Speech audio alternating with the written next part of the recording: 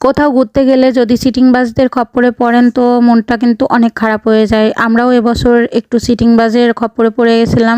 তো সেই অভিজ্ঞতাগুলো আপনাদেরকে একটু বলার চেষ্টা করব, কারণ আপনারা যাতে এসব জায়গা ঘুরতে গেলে উপকার পান সেই কারণেই।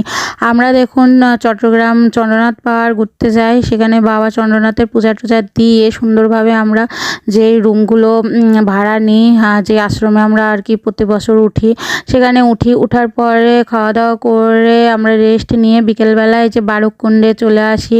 কারণ বারককুণ্ডেই আছে তো মা সীতা দেবী সেই অলৌকিক অগ্নিকুণ্ডেও, যেখানে জলের উপরে দাউ দাউ করে আগুন জ্বলে, সেটা তো প্রধান আকর্ষণ, দেখতেই হবে। আর এবছর তো শাশুড়ি মা সঙ্গে গেছে প্রথম, তাই ওনাকে নিয়ে যাওয়ার জন্য আমাদের মানে এত ব্যস্ততা। যাই হোক, ভালো করে আমরা অটো রিজার্ভ করলাম আমাদের সেই চন্দ্রনাথ পাহাড়ের আশ্রমের সামনে থেকে।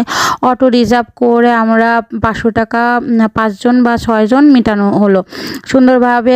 আমাদের মেটানো ছিল একদম এই অগ্নিকুণ্ড মন্দিরের সামনেই নামাই দেওয়ার, কিন্তু ওরা কি করলো আমাদেরকে 2-3 মাইল দূরে নামাই দেওয়ার পরে এই 2-3 মাইল আমাদের পায়ে হেঁটে এই মন্দিরে আসতে হলো। অনেকটা কষ্ট হয়েছে। আর বিশেষ করে আমার শাশুড়ি মা, তারপরে আমার শাশুড়ি মায়ের বয়সী আরও মহিলা, তারা অনেক কষ্ট পাইছে। এরকম করাটা উচিত বলুন?